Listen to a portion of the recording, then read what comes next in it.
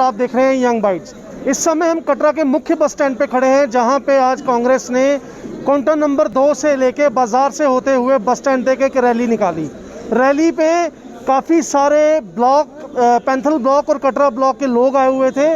Rally का मुख्य उद्देश्य माइनिंग को लेके लोगों को जागरूक करना, वोटिंग को लेके लोगों को जागरूक करना और खासकर बीजेपी की तरफ से जो बड़े दिग्गज नेता रीजनल इलेक्शंस में कैंपेनिंग करने के लिए आ रहे हैं, लोगों को ये समझाना था कांग्रेस की पार्टी की तरफ से कि ये रीजनल इलेक्शन है, किसी झांसे में ना आए। इसी सब को लेके हमारे साथ ex minister Shri Jugal Kishore Sharma ji Reasi constituency जुड़ चुके हैं। उनसे पूछेंगे कि सर, ये जो बड़े दिग्गज नेता आ रहे हैं, ये पहले भी सवाल हुआ है, लेकिन स्मृति ईरानी जिस हिसाब से कल मीडिया के सवालों से बचते हुए दिखी हैं, इनके बारे में आप क्या कहेंगे?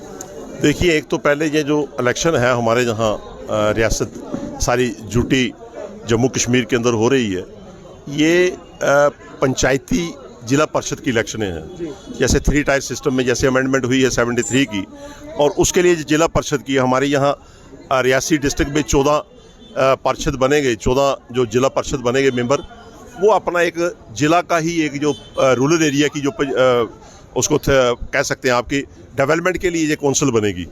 और वो कौंसिल जो है वो पंच और सरपंच के साथ जुड़ती हुई ये डेवलपमेंट की बातें फैसला करो। ये फर्स्ट टाइम ये इलेक्शन का प्रोसेस 3 टायर का शुरू हुआ है। लेकिन जहाँ जो आप कह रहे हैं कि जैसे यहाँ काफ़ी सेंट्रल सरकार से जो बीजेपी की सरकार, जो एनडीए की सरकार है, उसके मिनिस्टर यहाँ पर कैंपेन कर रहे हैं।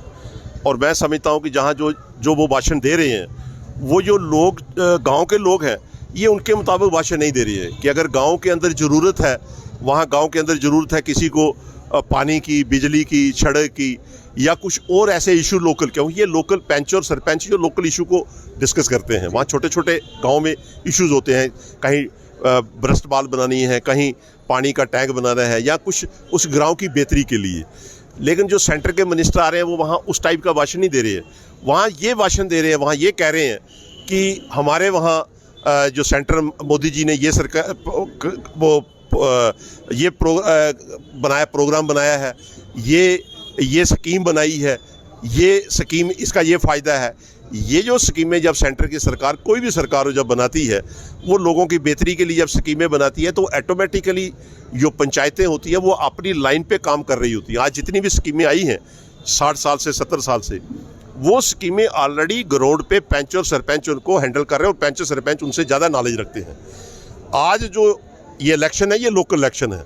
अगर इतना फिक्र हो, अगर उनको आना हो, जैसे मैंने कहा यहाँ पे कि हम सबसे ज़्यादा जो रियासत जम्मू कश्मीर जो जुटी है इस वक्त, जो जुटी हमारी जम्मू कश्मीर की जो जुटी है, इसमें हमारी इस जुटी के अंदर हमारे पास टूरिज़्म पोटेंशियल है। यहाँ पे हमारे पास जो पोटेंशियल है, जो पिलग्रिम की पोटेंशियल है, जैसे वैष्णो देवी की यात्रा है, यहाँ 1 करोड़ यात्रा हमारी आती थी, या टूरिस्ट जो हमारा यहाँ पर था वो भी 30-40 लाख के करीब टूरिस्ट आता था, जैसे कश्मीर में या पत्नीटॉप में।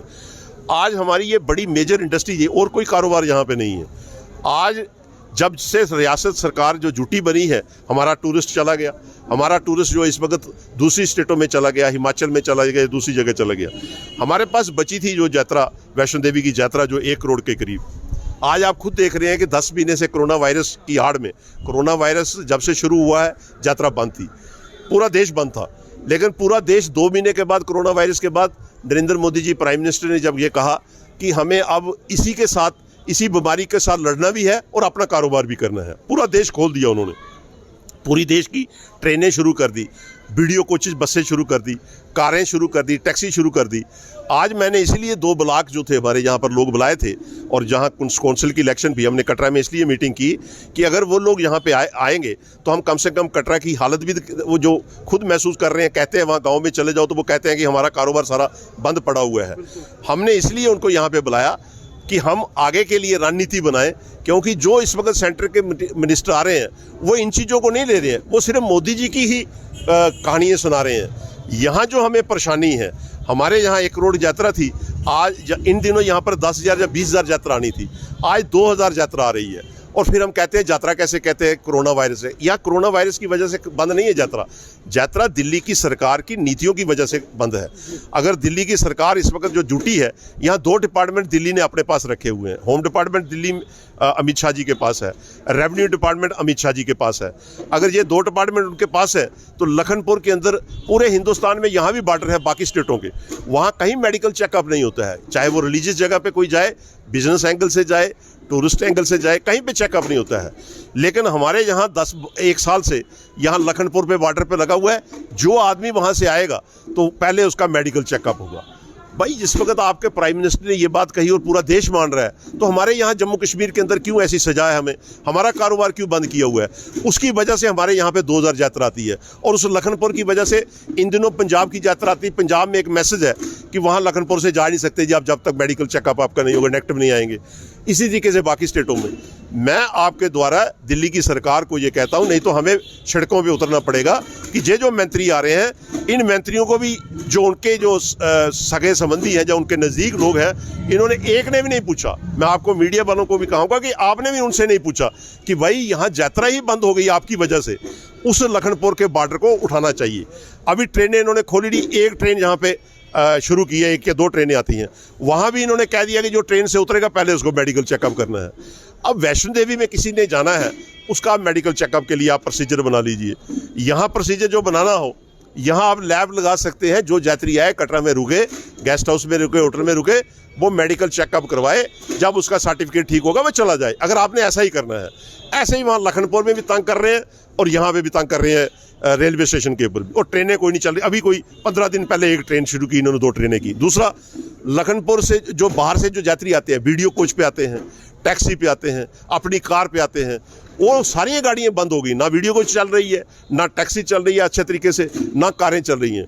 आज 10 महीने से हमारा कटरा के लोग, कटरा पैंथल के लोग, कटरा ब्लॉक के लोग और पैंथल ब्लॉक के लोग, ये सारे लोग परेशान हैं। क्योंकि कोई लोग यहाँ पर चाय दूध बेचता है, कोई पनीर, गांव के लोग कोई पनीर बेचता है, वहाँ का आदमी यहाँ पे ऑटो चलाता है, कोई घोड़ा चलाता है, कोई यहाँ शाल की दुकान करता है, कोई यहाँ टैक्सी की दुकान करता है, अपना ट्रैवल एजेंसी का काम करता है, होटल हैं, गेस्ट हाउस है, लोगों ने लोन लिए हुए हैं।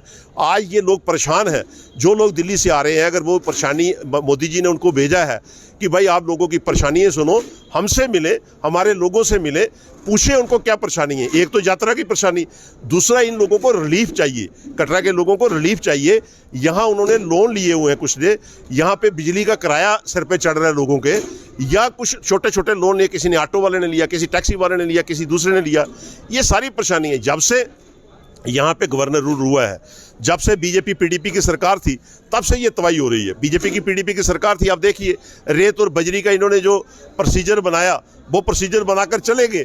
उस वक्त के जो सरकार थी, चाहे वो महबूबा जी थी, चाहे इंडस्ट्री मिनिस्टर इनके थे, चाहे डिप्टी सीएम निर्मल सिंह जी थे, इन्होंने जो कानून बनाया, उस कानून के दायरे में ये परेशानी हो गई है कि आज आप ना बजरी उठा सकते हैं, ना रेत उठा सकते हैं। आज 6 महीने से इन्होंने टेंडर करवाए, उस टेंडर में भी और लोगों की बुरी हालत हो जाएगी, वो इतना महंगे टेंडर दिए हैं।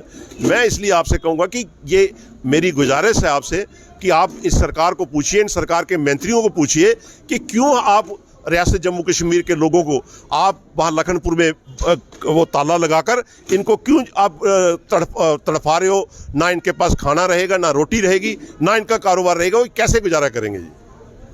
बिल्कुल आपने सुना, जुगल किशोर जी का कहना है कि सरकार क्यों तड़पा रही है कटरा के लोगों को, और कटरा के आसपास जितने भी गांव हैं, जितने भी ब्लॉक्स हैं, वहां के लोग डायरेक्टली इनडायरेक्टली कटरा पे डिपेंड करते हैं एम्प्लॉयमेंट को लेके। इनका साफ कहना है कि कटरा के लोगों को क्यों तड़पाया जा रहा है। आने वाले दिनों में, खासकर 22 तारीख के बाद, जैसे जुगल किशोर जी ने कहा कि इनकी रणनीति बदलने वाली है, ये देखने वाली चीज़ होगी रियासी की राजनीति में। मैं हूं हिमांशु शर्मा, कैमरामैन वरुण शर्मा के साथ, और आप देख रहे हैं यंग बाइट्स।